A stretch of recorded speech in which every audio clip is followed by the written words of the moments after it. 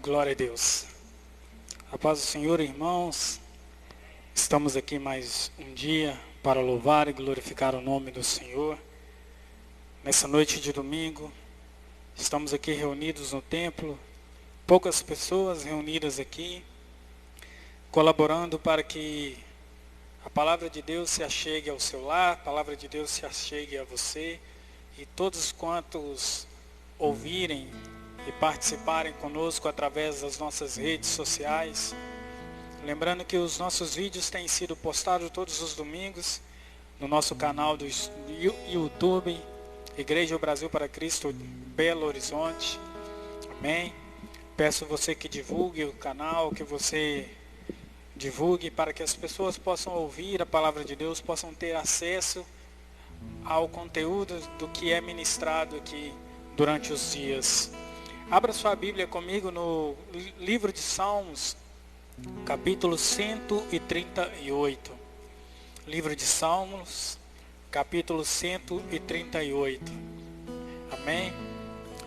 Está escrito assim: graças te dou de todo o meu coração, diante dos deuses a ti canto louvores.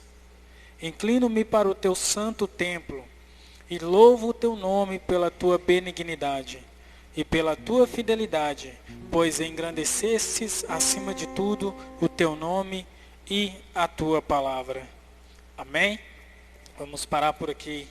Graças te dou de todo o meu coração.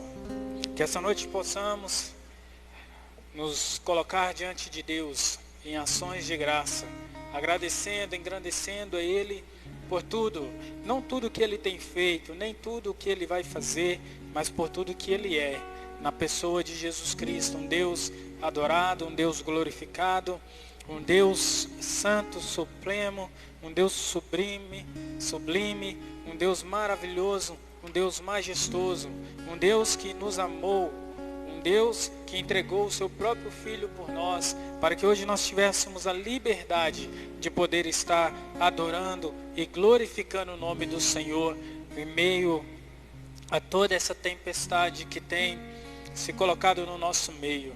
Mas nós temos a oportunidade de mais uma vez levantar as nossas mãos e dizer: Senhor, graças eu te dou de todo o meu coração. Amém? Convido você que está no seu lar, você que está comigo aqui no templo, erga a sua mão, feche os teus olhos, vamos nos introduzir na presença do Senhor agora, em nome do Senhor Jesus Cristo. Pai, amado Deus, glorioso Senhor, estamos aqui, Deus, mais uma vez para te dar graça, Senhor. Te dar graça, Pai, pela tua misericórdia. Te dar graça, Senhor, pelo teu amor. Te dar graça, Senhor, por aquilo que o Senhor é, um Deus fiel, um Deus santo, um Deus que nos ama, cujo amor jamais se acabará, cujo amor jamais se findará. Pai, colocamos diante de Ti nesta noite em ações de graças ao Senhor. Pai, queremos adorar o Teu santo nome, queremos glorificar o Teu santo nome. Queremos, Senhor, em nome do Senhor Jesus Cristo, declarar, ó Pai, que o Senhor está acima de todos os deuses. Pai, perdoa-nos os nossos pecados, perdoa-nos, Senhor, a maldade do nosso coração. Perdoa-nos, Deus, ó Pai, a nossa falta de fé. Perdoa-nos, ó Pai, a nossa falta, Senhor, de amor, muitas das vezes por Ti. Mas que esta noite o Teu Espírito Santo possa tocar a vida de cada pessoa, Deus, que estiver, ó Pai, participando deste culto. Que Teu Espírito Santo possa levar a Tua palavra a todos aqueles, Deus, que necessitam de ouvi-la. Pai, nós Te agradecemos, nós Te glorificamos, porque o Senhor é o nosso Deus Santo. Pai, recebe o nosso louvor, recebe a adoração que vai subir deste lugar. Pai, que possa chegar como incenso agradável às suas narinas, em nome do Senhor Jesus Cristo. Desde já, abençoamos, Senhor, aquele que vai trazer a Tua palavra, que Teu Espírito Santo possa mover na boca do Teu servo, em nome do Senhor Jesus Cristo, que Teu Espírito Santo possa falar através da boca do Teu servo. No nome do Senhor Jesus Cristo, ó Deus, nós Te glorificamos e Te louvamos esta noite. Seja adorado, seja glorificado no nosso meio, em nome do Senhor Jesus Cristo, ó Pai. Amém e amém. Louvado é o teu nome, Senhor. Porque o Senhor é grande, meu Deus. Sabemos que o Senhor, meu Deus, sempre existiu. Sempre, desde a eternidade, o Senhor é. O Senhor era e sempre será. E nada pode mudar, meu Deus, o seu caráter. E é por isso que estamos aqui, mais uma vez, porque sabemos que é bom louvar o teu nome, meu Deus. E acreditamos na sua palavra. Santo Deus, muito obrigado, Pai. Senhor, e tu que és o primeiro, e tu que és o mesmo, ontem, hoje e para sempre há de ser. Tu que és o primeiro, tu que és o mesmo, ontem, hoje e para sempre há de ser. Oh Deus da minha salvação,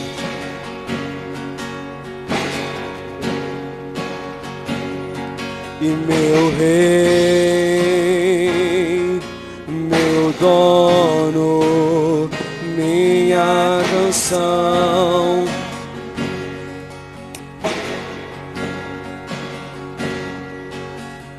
E ao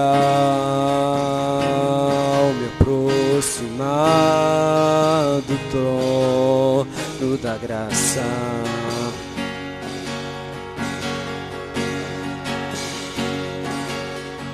misericórdias tem sem fim.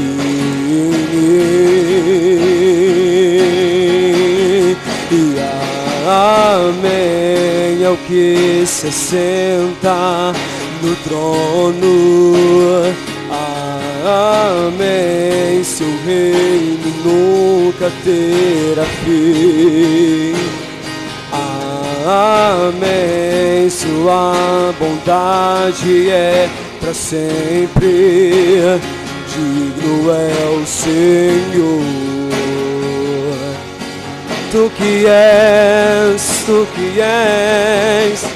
e tu que és o primeiro, tu que és o mesmo, ontem, hoje e para sempre há de ser.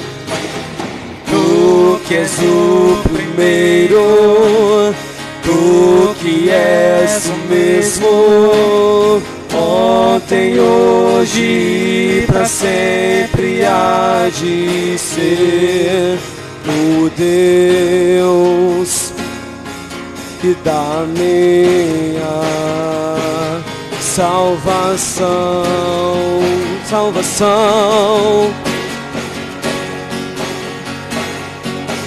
meu rei, meu dono, minha canção. Amém, Senhor, e amém ao que se assenta no trono.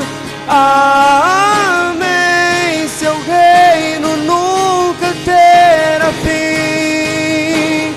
Amém, sua bondade é para sempre. Digno é o Senhor.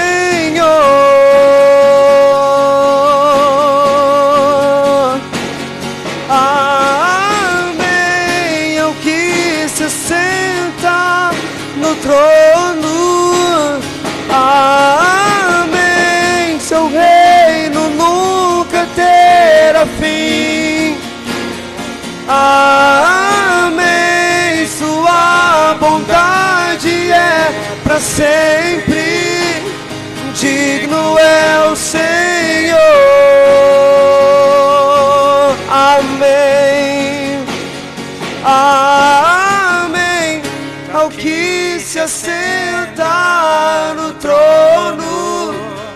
Amém. Seu reino nunca terá fim. Amém. Sua bondade é para sempre. Digno é o Senhor.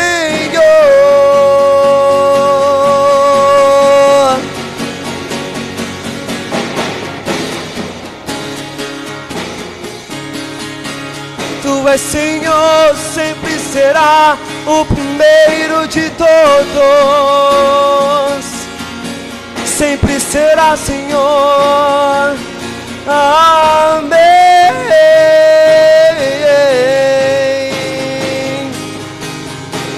E amém.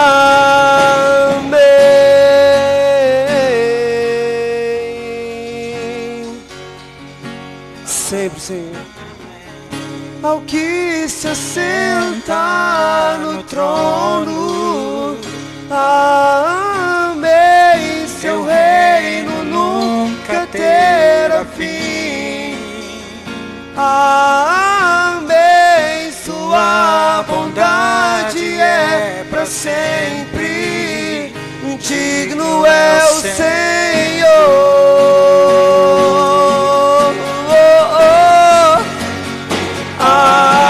Amém. Ao que se assenta no trono, amém. Seu reino nunca terá fim. Amém. Sua bondade é para sempre. Digno é o Senhor.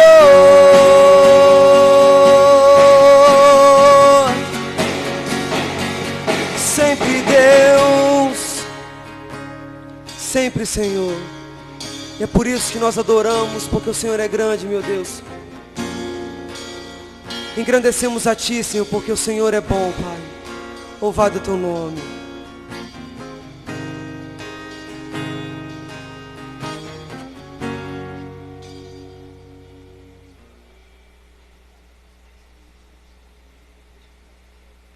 Glória a Deus.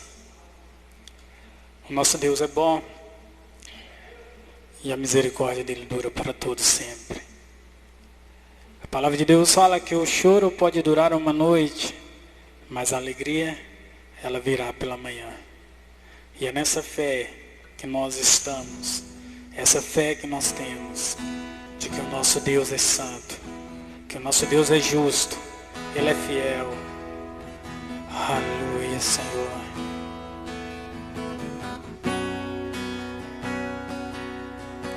Se o sol se pôr e a noite chegar, Tu és quem me guia. Se a tempestade me alcançar, Tu és meu abrigo. Se o mar me submergir, a Tua mão me traz à tona pra respirar e me faz andar sobre as águas.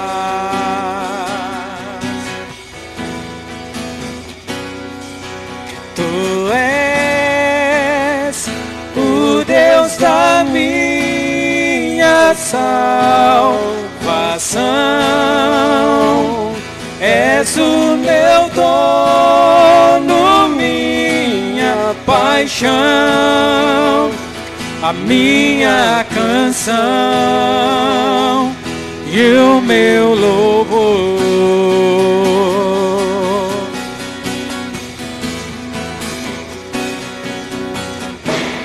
Se o sol se pôr e a noite chegar, Tu és quem me guia. se a tempestade me alcançar, tu és meu abrigo. Se o mar me submergir, a tua mão me traz à tona pra respirar e me faz andar sobre as águas.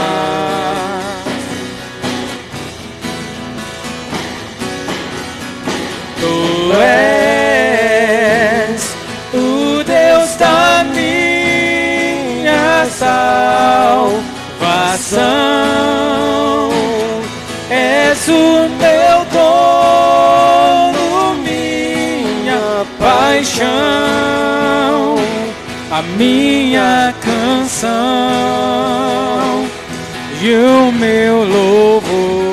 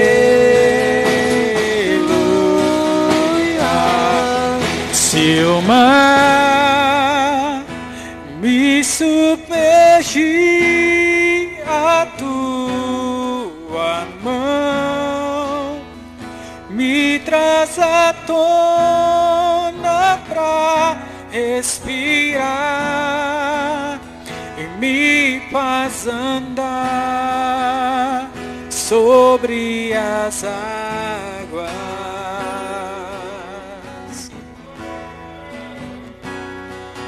Tu és o Deus da minha salvação, és o meu dono, minha paixão, a minha canção e o meu louvor. Declaramos mais uma vez, Senhor.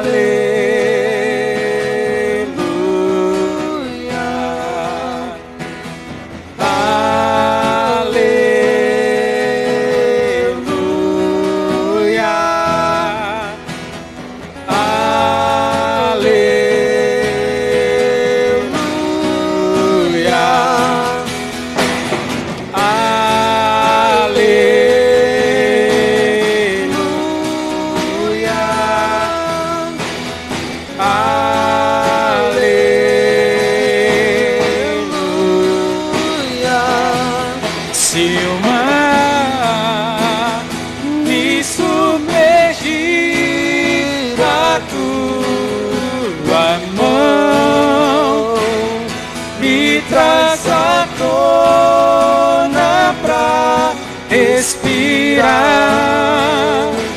e me faz andar sobre as águas.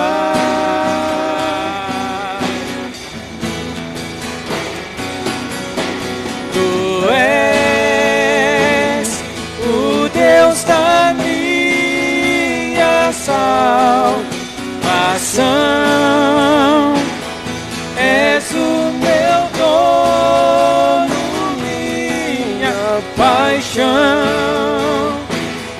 minha canção e o meu louvor.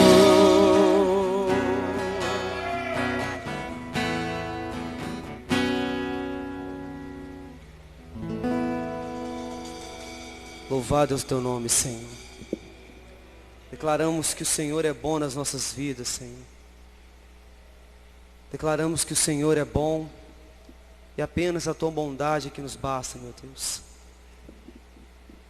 Sabemos que apenas o Senhor que executa seus verdadeiros atos, as suas ações com justiça.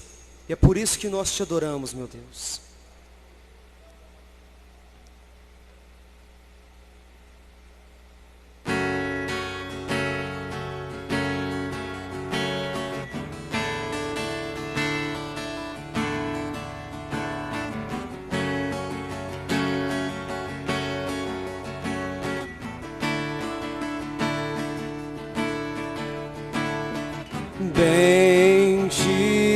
Bendirei ao Senhor para sempre, proclamarei que o Senhor é bom.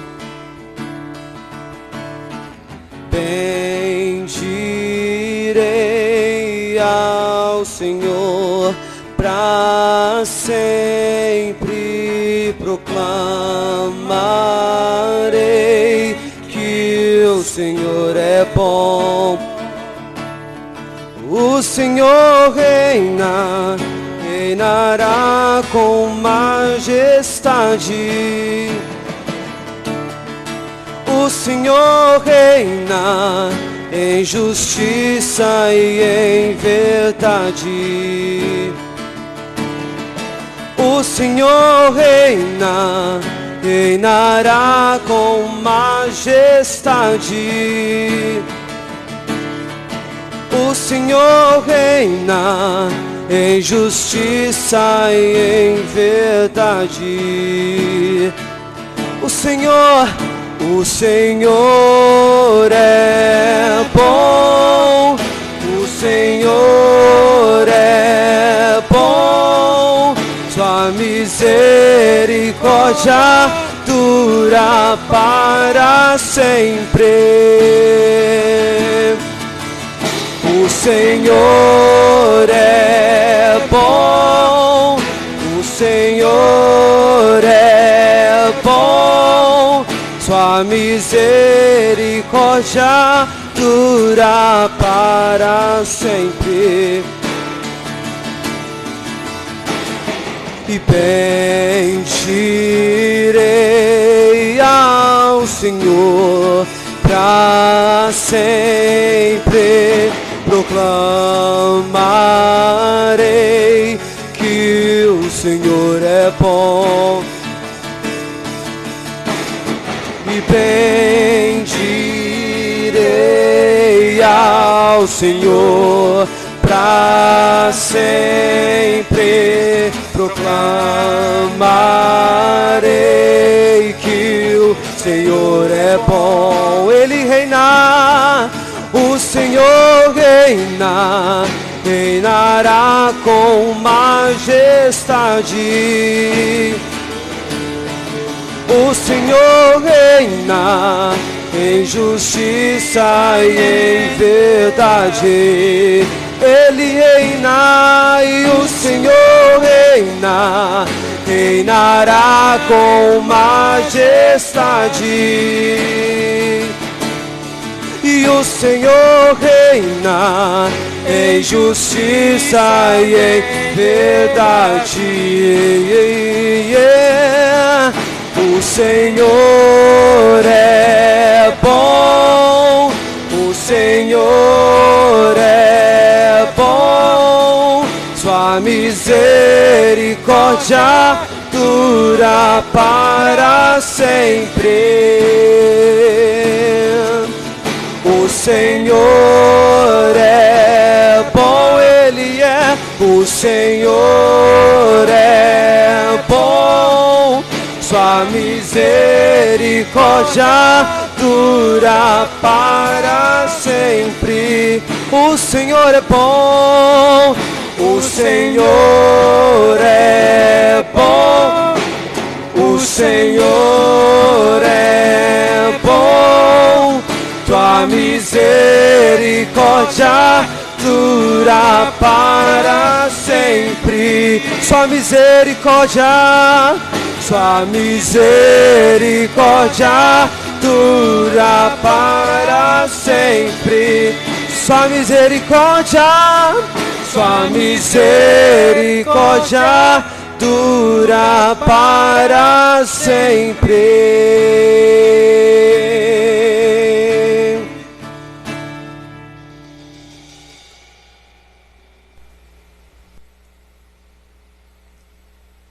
Boa noite a vocês que estão aqui, aos poucos que estão aqui e aos que estão em casa. Chegou a hora do ápice do culto, que é a palavra do Senhor, onde Ele estará falando conosco. Então, por favor, abram no Evangelho de Lucas, capítulo 18, versículo 9 ao 14.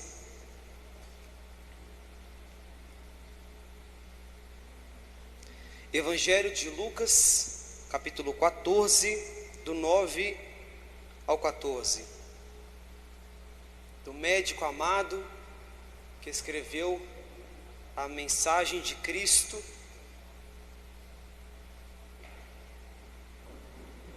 Mais uma vez, Lucas capítulo 18, versículo 9 ao 14. Obrigado, meu Deus, porque o Senhor é bom e as suas misericórdias duram para sempre. O título hoje do sermão que eu pretendo pregar é Como Deus pode exaltar um pecador. Como Deus pode estar exaltando um ser que, devido ao seu estado, não pode estar em comunhão com Ele. Como que o Senhor pode estar exaltando? Bom, vamos à leitura da palavra. Alguns que confiam, todos acharam? Há alguns que confiavam em sua própria justiça e desprezavam os outros. Jesus contou essa parábola. 2 homens subiram ao templo para orar. Um era fariseu e o outro publicano. O fariseu, em pé, orava no íntimo: Deus, eu te agradeço porque não sou como os outros homens, ladrões, corruptos, adúlteros, nem mesmo como este publicano. Jejuo 2 vezes por semana e dou o dízimo de tudo quanto ganho. Mas o publicano ficou à distância. Ele nem ousava olhar para o céu, mas batendo no peito dizia: Deus, tem misericórdia de mim, que sou pecador. Eu lhes digo que este homem, e não o outro, foi para casa justificado diante de Deus. Pois quem se exalta será humilhado, e quem se humilha será exaltado. Até aqui, por favor, não fechem a Bíblia. Vamos orar. Grandioso Senhor, Pai, a única forma do ser humano mudar o seu caráter para alcançar a salvação é através da sua palavra. Então que o Senhor possa levar cativo, meu Deus, os nossos pensamentos, o nosso coração, para que venhamos a dar atenção total a Ti. Que mesmo aos meus amigos que estão assistindo esse culto em casa, que possa haver reverência também, em casa, em qualquer outro local. Senhor, fale conosco. Em Teu nome que eu oro, Senhor Jesus. Amém. Esta é uma das parábolas mais conhecidas que Jesus já pregou. É interessante, quanto mais essa parábola ela é conhecida, nós precisamos nos atentar aos detalhes que elas estão escritas. Se nós lermos rápido ela, se nós apenas dermos uma análise superficial, vamos entender que o Senhor Jesus parece que ele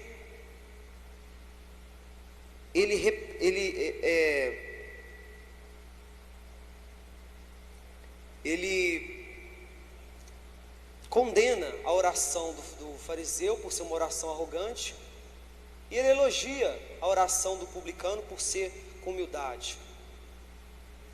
Mas este não é o foco da oração, este não é o foco da parábola que Jesus tinha falado. Muita gente deve olhar para a parábola e falar: graças a Deus nós não somos como o fariseu, não é verdade? Que ele estava desprezando os outros. Mas se você pensar nisso, ou já pensou, então você está sendo como ele, desprezando o fariseu, então se igualando a ele. De fato, nós temos que entender que a oração, Jesus não estava julgando, condenando por quem era a pessoa do fariseu, não, mas pelo modo como ele estava orando. Então, o foco principal da parábola é a justiça e os que creem que podem alcançar este objetivo piedoso por meio de seus próprios esforços. Vamos começar. Para quem então que Lucas escreve a respeito do que Jesus estava falando? Essa parábola é dirigida para aquelas pessoas que se consideravam, algumas pessoas que se consideravam justas e desprezavam as outras. Mas qual o significado de uma pessoa ser justa? O que significa, David, ser uma pessoa justa? Ou qualquer um aí?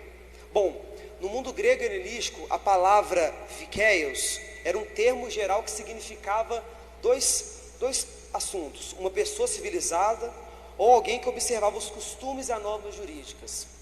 Até os dias de hoje, esse é o conceito que nós entendemos de alguém que é reto, ou seja, uma pessoa que obedece à lei, é alguém que tem um padrão moral admirável e alguém que é conhecido como uma pessoa decente. Então, se você falar: nossa, eu conheço que fulano de tal é uma pessoa honesta, uma pessoa justa, você está fazendo menção que essa é uma pessoa que obedece à lei, que seu caráter é inatingível, seu caráter é alguém que não tem nada que falar com ele. Então, este é o conceito que muitas das pessoas têm de ser uma pessoa justa. Mas, como o Novo Testamento grego, ele tem as raízes do Novo Testamento grego, elas estão no Antigo Testamento hebraico, o conceito de justiça e retidão tem um outro significado.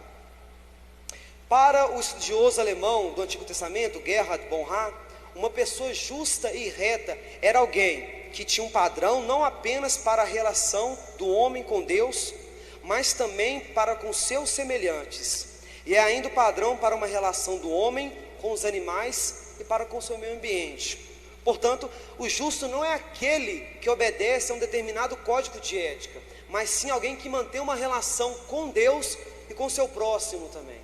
Esse é o conceito de uma pessoa que é reta e justa perante o Senhor. É alguém que desfrutava um relacionamento de aceitação perante Deus.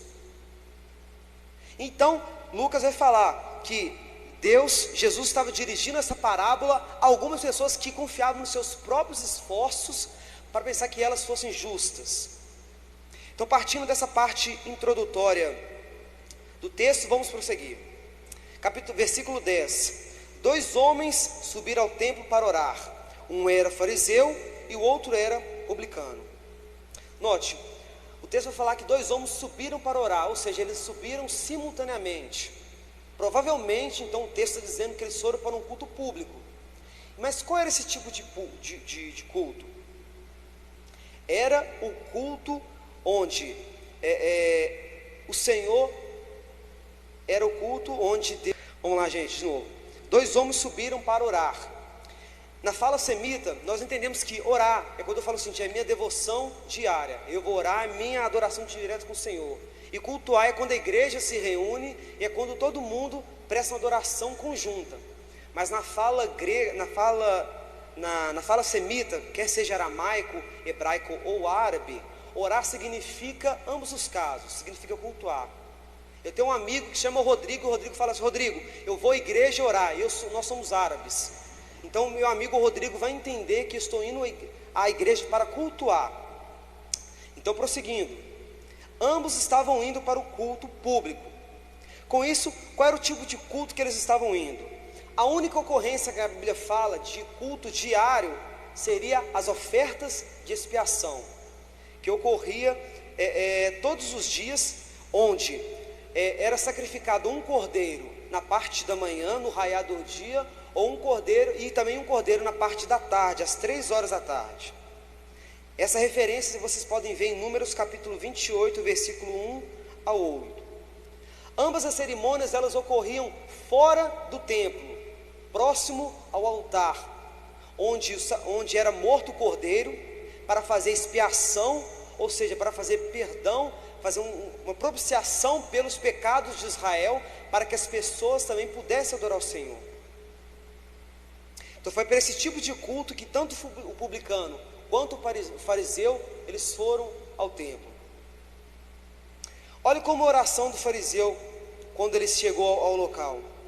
O fariseu em pé orava no íntimo: Deus, eu te agradeço porque não sou como os outros homens, ladrões, corruptos, adúlteros, nem mesmo como este publicano.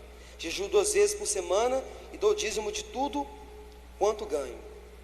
Nos versículos 9 e 10, a expressão outros homens ou pessoas, elas significam pessoas da terra.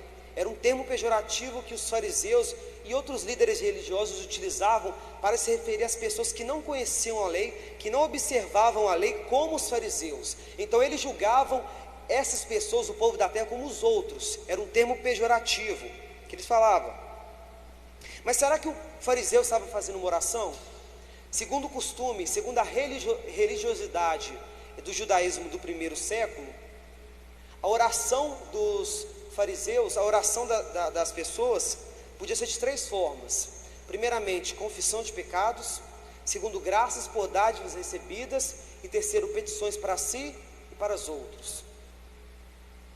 Mas ao contrário disso, o fariseu, ele não reconhece os pecados, ele não agradece a Deus por alguma dádiva recebida, e tampouco também faz alguma petição para si e para os outros. Ao contrário, ele parece que quer demonstrar para Deus a sua justiça. Deus, eu não sou como os outros homens, fazendo menção às outras pessoas, aos ignorantes, como eles chamavam, que como os adúlteros, ladrões. Ele estava desprezando as outras pessoas. Então a sua oração era desprezar os outros. O que ele faz? Ele despreza os outros, ele não se compara às exigências de Deus. Ou seja, em vez de tentar falar: Deus, eu não sou justo, Senhor, apenas o Senhor. Não, ele estava se comparando aos pecadores, como se ele tivesse feito algo que fosse diferente de outras pessoas. E ele enumera diversos feitos étnicos que mostravam que ele era alguém superior.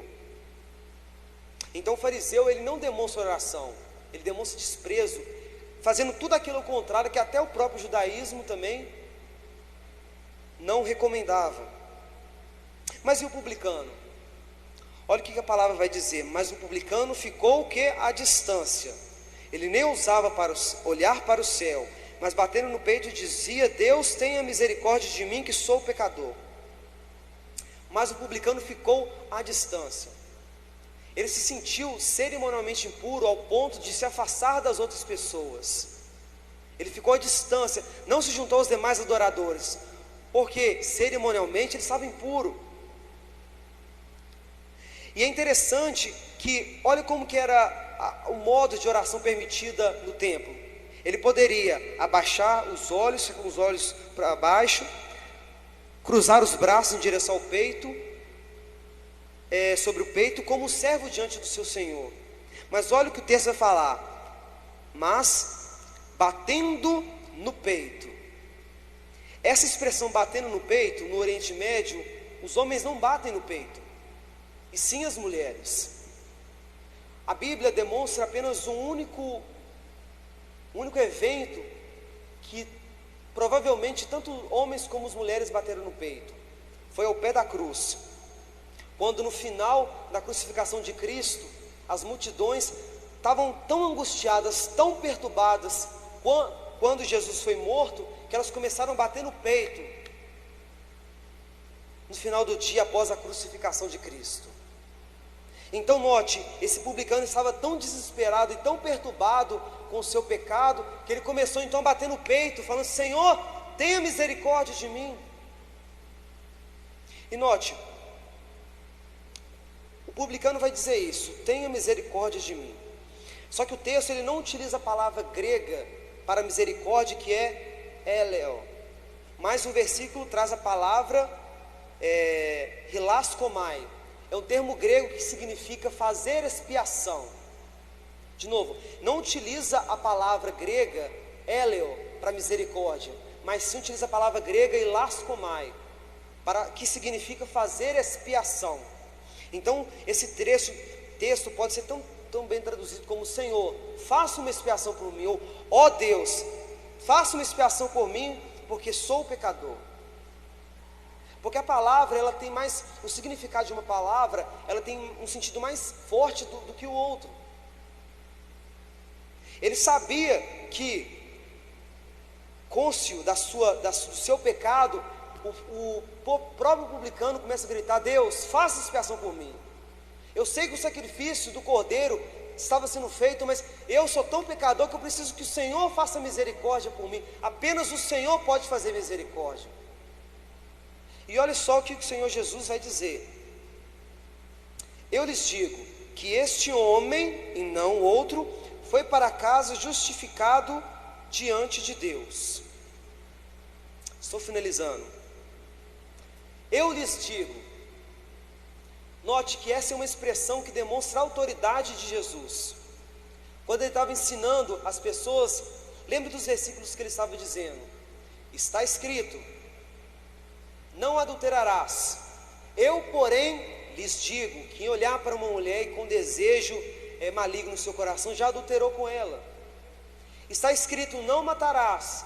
Eu, porém, lhes digo, que aquele que disser uma palavra ofensiva contra o seu irmão, estará sujeito ao inferno de fogo. Então essa expressão, eu lhes digo, demonstra a autoridade de Jesus, que ele tem domínio sobre aquilo que ele está falando, que ele tem poder e autoridade para falar aquilo.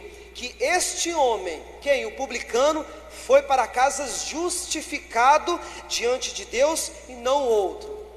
Lembrando que eu disse mais cedo, outro era uma expressão que os fariseus e outros líderes religiosos utilizavam para se referir pejoramente ao povo da terra, as pessoas que não conheciam a lei. Mas Cristo fala, o outro, se referindo ao fariseu, o outro não foi justificado.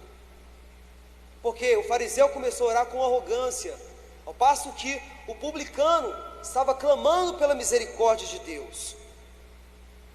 O publicano que acha que o cordeiro talvez não pudesse ter expiado seus pecados, é aquele a quem Jesus declara justificado, aceito na presença de Deus.